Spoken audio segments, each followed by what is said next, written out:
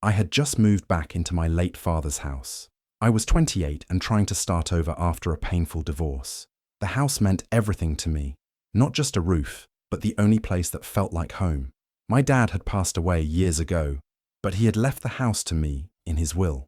It was legally mine since I turned 25, though it had been in a trust before that. I was away working out of state when I turned 25, so I didn't return immediately. When I finally came back, I thought things would be quiet and simple. One morning, I was in the kitchen drinking coffee when the doorbell rang. I opened it to find a man and woman standing there. The woman smiled and said, "Hi, we're just here to measure the kitchen counters before closing." I stared at them, confused. "Closing what?" I asked. The man, who turned out to be a real estate agent, said, "The sale of the house. Didn't your mum tell you?" I was frozen. "This house isn't for sale," I said slowly. "It's mine." The woman looked at the papers in her hand, then back at me. "It's been listed for weeks," she said. "We signed a deal already." My heart dropped. I told them to wait outside and close the door. I called my mother, who wasn't home at the time, and demanded to know what she had done. At first, she pretended not to understand. Then she said, "You wouldn't have had that house if it weren't for me. I raised you. You don't deserve it more than I do." I couldn't believe what I was hearing. She had listed my house without telling me. I went through the mail and found documents I hadn't seen before. Then I went to the county office and pulled the property records. My signature was on a power of attorney form, but it wasn't mine. The last name was spelled wrong. The writing looked strange, like it had been copied and pasted. It all hit me. She had forged my name to sell the house. I quietly took pictures of every document, made copies, and saved everything. I didn't tell her what I found. I just nodded and acted normal. But deep down, I knew what I had to do next. Stop the sale, prove the truth, and take back what was mine. I came back to my father's house to start fresh. I had just gone through a painful breakup, and this home was the only place that felt safe. It was the house I had grown up in, and my father had left it to me in his will. I thought everything was finally going to be okay. I had no idea what my mother had done behind my back. One afternoon, there was a knock at the door. A man stood there with a clipboard and a measuring tape. He said he was there to measure the house before the final sale. I looked at him, confused. "What sale?" I asked. He told me my mother had listed the house, and the deal was almost closed. I froze. I hadn't agreed to sell anything. I hadn't even known the house was on the market. I told him there had been a mistake and asked him to wait outside. I shut the door and immediately called my mother. When she picked up, she didn't sound surprised. In fact, she sounded angry. She said I didn't deserve the house. She said I'd done nothing with my life, that I'd been living off her for years. I tried to speak, but she kept cutting me off. She told me she raised me alone after the divorce, and she was the one who deserved the house, not me. Her words felt like knives. I had never imagined my own mother would say something like that. I told her to stop, but she just laughed and said I should be grateful she didn't sell the house years ago. I walked back outside and told the man and the real estate agent to leave. They looked surprised, but I didn't explain. My mum showed up minutes later, yelling in front of them. She said I was lazy and ungrateful. I told her to leave, but she wouldn't. So I shouted at everyone to get off the property. When they left, I went inside and started digging into the paperwork. I needed to know how she had managed to do this. I found documents with my name on them, but the signature didn't look right. It didn't even match how I usually sign. It looked copied and strange. I sat down shaking. My mother had lied, and worse, she had forged my name to try and take my home. I knew then that I couldn't trust her anymore. I had to protect what was mine. I sat down at my kitchen table, heart still heavy from everything that had happened. I knew my mother had done something behind my back, but I didn't know how far she went. I decided to find out the truth myself. I went online and pulled the public records about the house. It didn't take long before I found the sale documents. When I opened the files, I couldn't believe what I saw. My name was on the paperwork, but the signature was completely wrong. My last name was misspelled, and the letters looked like they had been copied and pasted from somewhere else. It didn't even look like real handwriting. For a moment, I just stared at it. It would have been funny if it wasn't so serious. I looked closer and noticed the notary's name on the document. I recognized it right away. She was my mum's friend from church, someone I had met a few times before. I checked the date next to her stamp. It had clearly been backdated to make the paper look older. I felt sick. My own mother had gone this far to try and steal the house from me. I didn't tell anyone right away. Instead, I took photos of everything: the fake signature, the notary's stamp, and the details of the supposed sale. I made sure to save them in different places in case anything got deleted or lost. I wanted to be prepared. The more I looked at the papers, the more mistakes I found. It was obvious they hadn't even tried very hard to make it look real. They thought I wouldn't notice, or that I would just let it go. But this was my father's house, my home, and I couldn't just watch it slip away. Once I had all the proof, I reached out to a lawyer.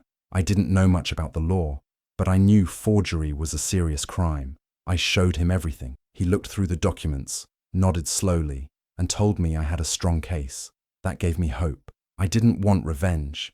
I just wanted my life back. And I knew the only way to stop this was to fight it with the truth. I called my mother and told her I knew everything. I told her I had seen the fake signature and the sale documents. She didn't sound scared or sorry. Instead, she got angry and called me ungrateful. She said I had no right to the house, even though my father had left it to me. She said I was lucky she hadn't sold it years ago. Her voice was cold, like she didn't care about anything except getting the money. I was shaking with anger. That house was mine. My dad made sure of that before he passed away. I couldn't believe my own mother would do something like this. I asked her how she thought she could get away with it. She just said she did what she had to do and hung up. That night, I stayed awake going through every paper again. On one of the emails, I saw a date. The final closing was just 2 weeks away. The house was going to be sold for $590,000. I felt sick. If I didn't act fast, it would be gone forever. The next morning, I went to my lawyer's office and showed him everything I had: the fake signature, the notary's name, and the emails about the sale. He took it seriously. He said we had no time to waste and filed an emergency request to freeze the sale. We submitted everything to the court and asked them to stop the deal. The process was fast because of the urgency. The court approved the order, and we sent it straight to the escrow company. They were about to send the money when they got the notice. The real estate agent called me, completely panicked. She said the buyer was furious. He had already planned to move in and thought everything was done. I told her this wasn't my fault. I told her my name was used without permission, and the deal was fake from the start. She didn't have much to say after that. The sale was put on hold just 1 day before closing. The buyer lost his patience and backed out. The agent had to explain to him what happened, and my mother's plan started to fall apart. I felt relief for the first time in weeks. I had stopped the sale just in time. I didn't want to hurt anyone, but I wasn't going to let someone steal what my father gave me. I saved the house before it was too late, and I knew this was just the beginning of the fight. I had enough. My mother had crossed the line. She tried to sell the house that my father left for me. She used a fake signature, involved her friend as a notary, and acted like she had the right to everything. I knew I couldn't just let it go anymore. I went straight to the police station and filed a report for real estate fraud and forgery. I gave them copies of all the documents, the fake signature, the emails, and even the notary stamp that had been backdated. The officer took everything seriously. He asked for more details, and I explained how my mother had tried to sell the house without my permission. I told them that I never signed any papers and that the house legally belonged to me. They opened a case and said they would start investigating right away. Soon after, the notary who signed the fake documents received a subpoena. She was my mum's friend from church, someone I thought was trustworthy. But when she got called in, she didn't try to protect my mother. She admitted everything: the backdated stamp, the fake signature, and the lies. She said my mum told her it was just a small favor and that I wouldn't care. With her confession, everything became clear. My mother had lied, forged legal papers, and tricked people into thinking she had control over the house. The moment this came out, the realtor working with her dropped her immediately. She didn't want to be involved in anything illegal. She even sent me an email saying she was sorry and didn't know the truth. Now that the deal was broken and the truth was out, I started the eviction process. My mother had been staying in the house without permission, acting like it was hers. I didn't want to do it, but she gave me no choice. She tried to steal what was mine, and now I had to take it back the right way. My lawyer helped me file the eviction notice. It felt strange to do this to my own mother, but she had turned into someone I didn't recognize, someone who cared more about money than family. I had to protect myself and what my father left behind. I waited for the court date, knowing it would be hard, but deep down, I knew I was doing the right thing. She broke the law, and now she had to face the results. This time, I wasn't going to back down. I was ready to finish what she started. She wasn't done. Even after I stopped the sale and filed the police report, my mother got angry that I stood up for myself. She thought she could still take the house. One afternoon while I was at work, she showed up with a locksmith. She didn't call or message. She just went straight to the front door and tried to break in. Luckily, my neighbor across the street saw everything. He noticed something strange and started recording on his phone. He also had a doorbell camera, so the whole thing was caught from 2 angles. He called the police right away. When the cops arrived, my mother was arguing with them. She claimed it was her house, but she had no proof. The locksmith didn't know the full story and left when the police told him to stop. When I got home that evening, my neighbor showed me the footage. I was shocked, but not surprised. I saved all the videos and gave copies to my lawyer. The next morning, I went to court and filed for a restraining order. I told the judge I didn't feel safe knowing she could come back any time. With the video proof and her history of fraud, the judge approved it quickly. She was furious. She went online and started posting all over Facebook. She told everyone that I was a selfish, ungrateful child. She made it sound like I had kicked her out of her own home and taken everything from her. Some relatives believed her at first. They messaged me asking how I could treat my mother like that. It hurt, but I didn't answer right away. Instead, I waited a day and sent out the full story. The fake signature, the forged documents, the police report, the notary's confession, and now the break-in video. I wanted the truth to speak for itself. Once they saw the proof, most of them stayed quiet. A few apologized. Some didn't reply at all. The hardest part wasn't dealing with the legal stuff. It was dealing with the betrayal. She was my mother. I never thought she would go this far just for money. She could have talked to me. We could have worked something out. But she chose lies, theft, and now even breaking into the house. I changed the locks, added cameras, and kept the restraining order in place. I wasn't going to let her come near me or the house again. She made her choice. Now I had to live with mine. When everything started coming out, I thought things would calm down, but I was wrong. Instead of listening to the truth, some of my relatives chose to believe my mum.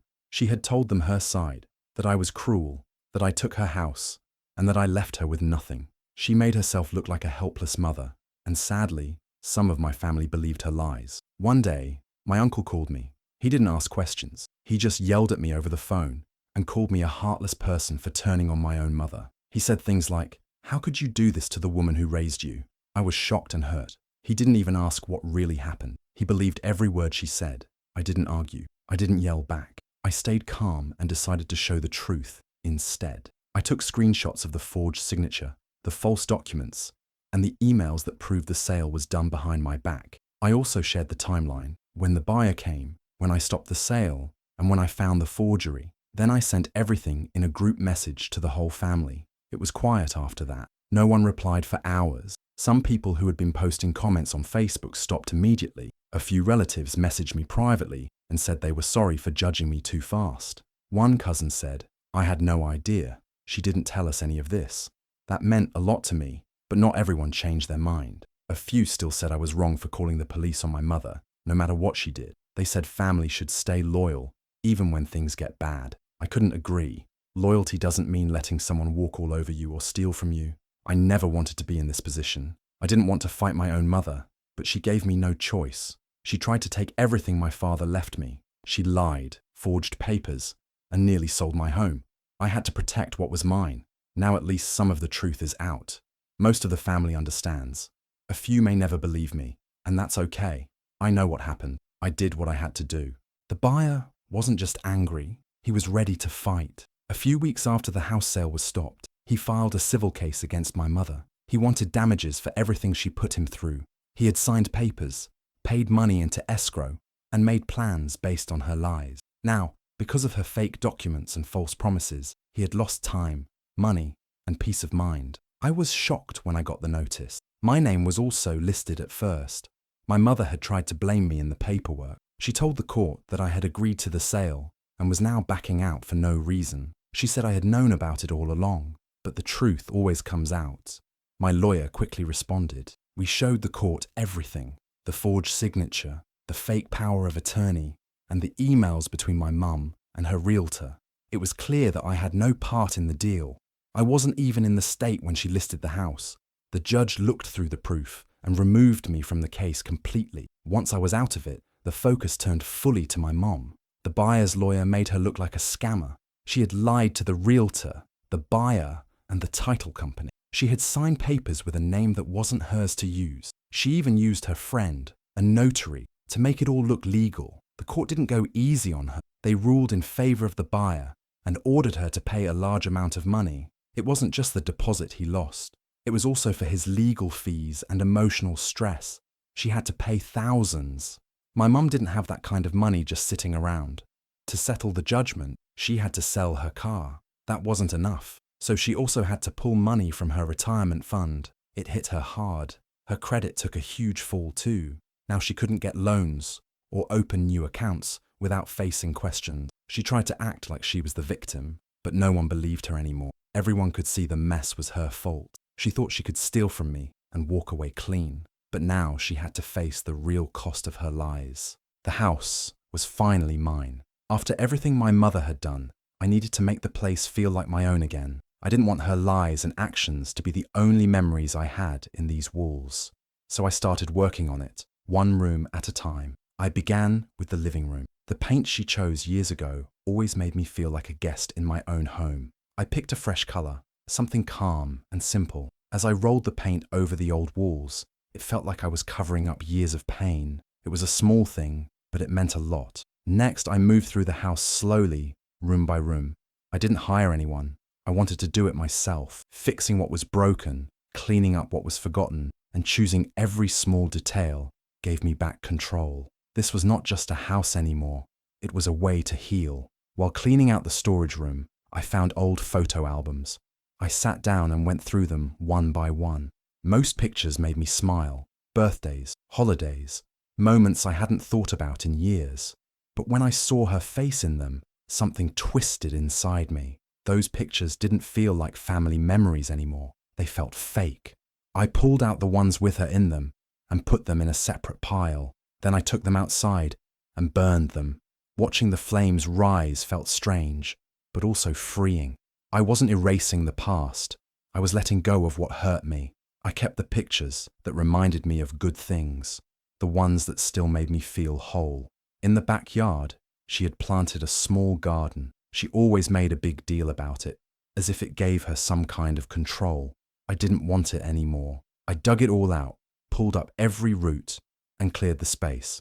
Then I planted something new, flowers I liked, a few small trees, things that made me feel peaceful. Each change, each brush of paint, each nail hammered into the wall, it all helped me move forward. Slowly, the house stopped feeling like hers. It felt like mine. For the first time in years, I could walk through the front door without feeling like I was borrowing someone else's life. This was my space now, my rules, my peace, and she no longer had any place in it.